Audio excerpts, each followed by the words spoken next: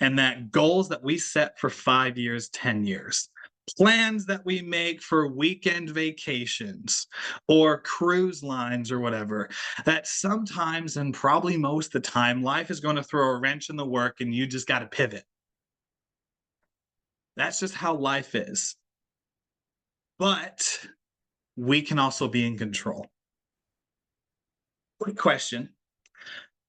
How many of you have set a goal to achieve something, but then halfway through realize that you've never actually had a plan to finish off the goal?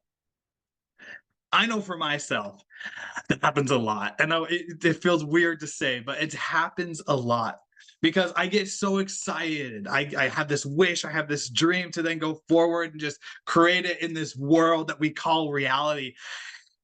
And then I get asked the question, awesome, how are you going to do it, Willie?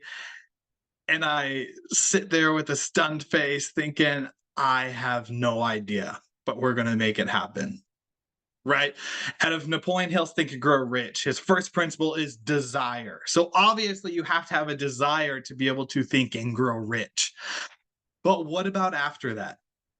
As we move forward, what about when it comes to planning? Why is planning so important? Well, if you think about it, way back into the scriptural context of when the earth was made, it wasn't just boom, everything was done.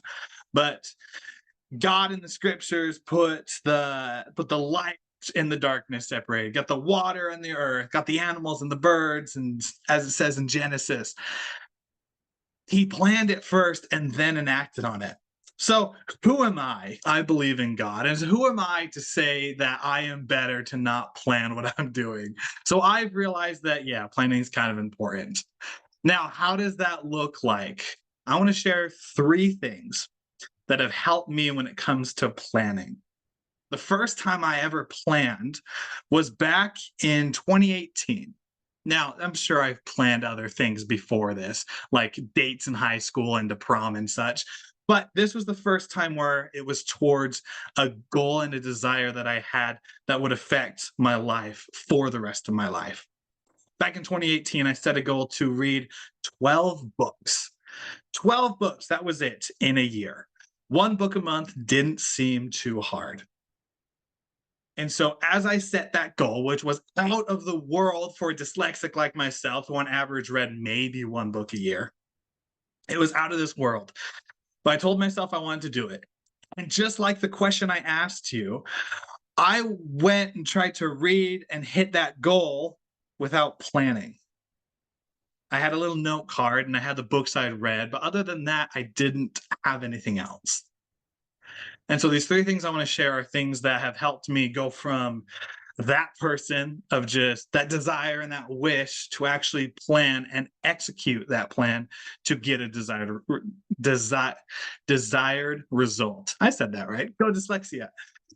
The first thing is be the Maps app. What is the Maps app? You got your little phone. There we go. Got a little phone right there. Click on the Maps app, trying to go somewhere. What's the first thing it asks you? Ask you where you want to go. If you don't know where you want to go, how is the phone going to tell you how to get there, right? They ask you where you want to go. What's the second thing it asks you for? Where you're at right now. Because if you know where you're at right now and where you want to go, then you know the direction that you need to head to be able to achieve your goal. What does that look like? Well, where you're going, that's your goal and dream. That's your northern star, that finish line that you're going towards. What is that for you? At that time, for me, that was reading 12 books. And then you figure out where you're at. And we got to be a little bit more honest with ourselves than we usually are. Because if you go and talk with a friend, they're just like, hey, how you doing? And you might say, good, when life might be crap, right? So you got to be honest with yourself. And that looks like in the realm of, let's say, being physical. Am I exercising? Am I healthy? Or am I sitting around with a keg trying to lose a little weight? On the social side, am I able to carry a conversation and listen to somebody? Or is it hard just to have surface level questions to ask them? Financially, are you financially set? Are you independent? Do you have money coming in? Or are you living paycheck to paycheck? Right? These are just some of the categories in which we got to ask hard questions, not because the goal is going to be hard to reach, but simply so that as we get more clear on where we're at, we're able to reach the goal. For the goal I set, I was reading 0 books that in a year. So when we know where we're at and where we're going and know the direction we need to head, right? Pretty simple. Most people are usually able to understand a lot about where they're at and where they're going. But then they don't go into the second one, which is where most people get hung up, which is taking that goal and reverse engineering it backwards.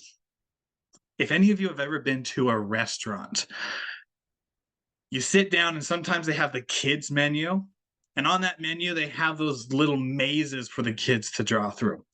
I know that whenever I see those, I look at it, and instead of going from the front and drawing my way to the finish line, I always visualize from the end, work my way backwards. So finally, when I put crayon to paper, I can do it flawlessly. That's what we need to do with the goals that we set and as we plan and organize this planning, which is whatever it is, we visualize it backwards. We make the plan and the blueprint, set those milestones so that when it comes to taking action, we know exactly the direction and exactly the momentum and points that we need to hit to be able to reach it. What does that look like? Well, if I want to read 12 books, let's break it down. My goal is 12 books. Awesome. To reach that, I need to read 1 book a month. Not too bad, right? Awesome. How do I read a book a month? The average self-help book that I've found is about 300 pages. So take how many days are in a month? We'll just say 30 as a nice even number.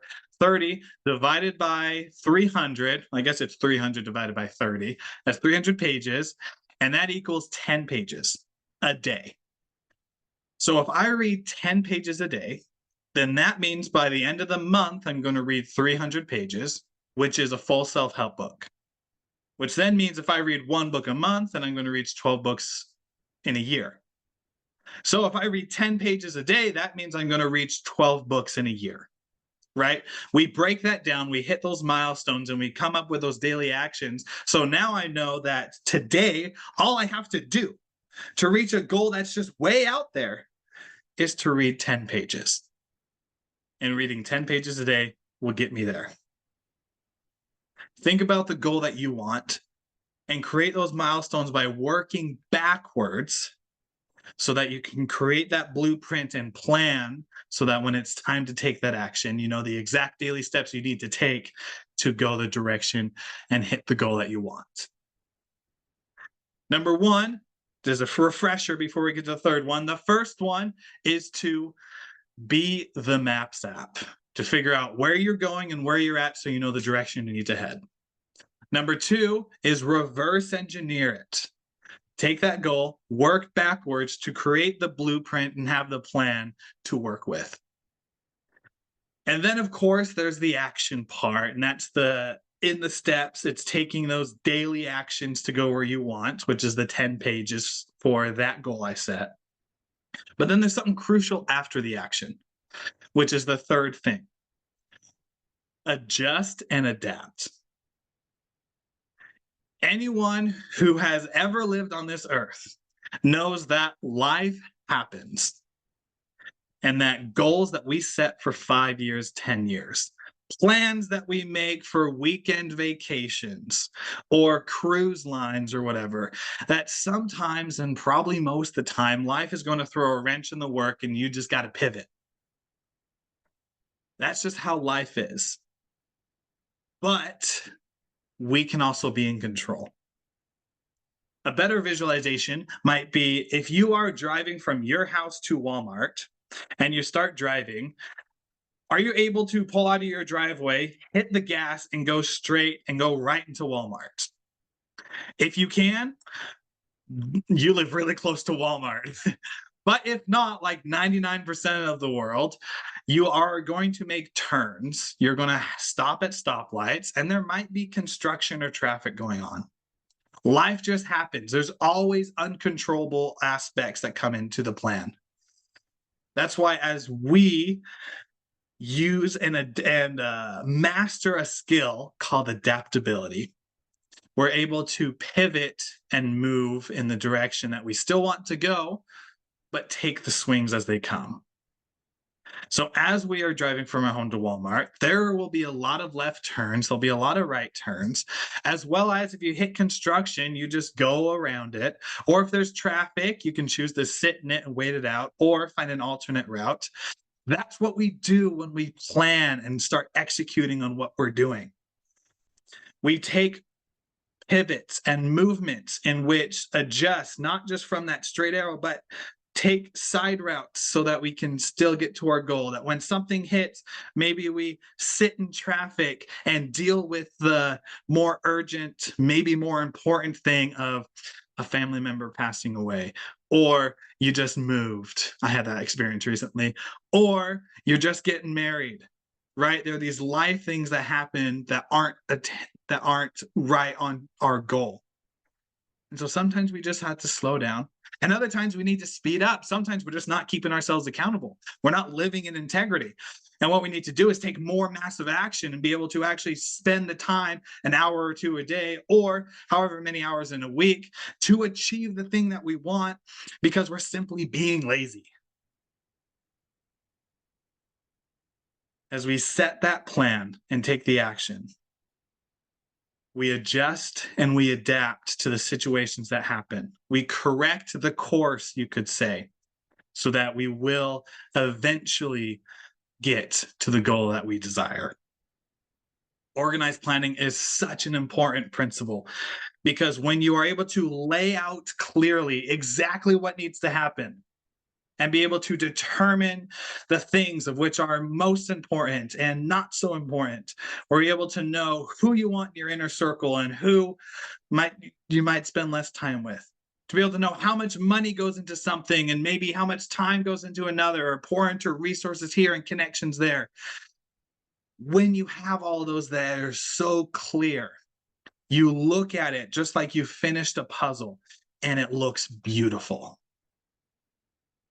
And then you're able to take the action to move forward, take the baby steps to then hit the milestones and eventually achieve what all of us want to, which is the desired result that we ourselves got to choose. So I say to you champions, first, figure out what you want. If you don't know what you want, there's no reason to change. Figure out what you want, what that goal is you're aiming for, and find where you're at so you know the direction you need to head. Second, reverse engineer it backwards. Create the blueprint to hit those milestones so that when you start taking action, you can take them forward.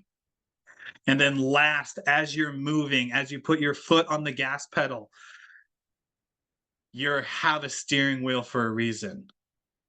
And so adjust and adapt as you're moving forward towards that destination. And I can promise you that when you do that, that as you move forward towards that result and are able to adjust and pivot, you will reach it. The journey will be exciting. The people you get to spend time with, it's going to be freaking fantastic. And you're going to build deeper connections, not only with the people you have, but with people that you don't even know yet. You're going to be coaches and mentors to someone else, as well as find coaches and mentors for yourself. And the beautiful journey and the result you're going to get is going to come. And all that happens as you organize the plan that's in front of you and take that step back and truly see in the bigger picture that it was easy all along. All you had to do is just get clear. So my friends, gain that clarity, find that picture, and achieve that desired result.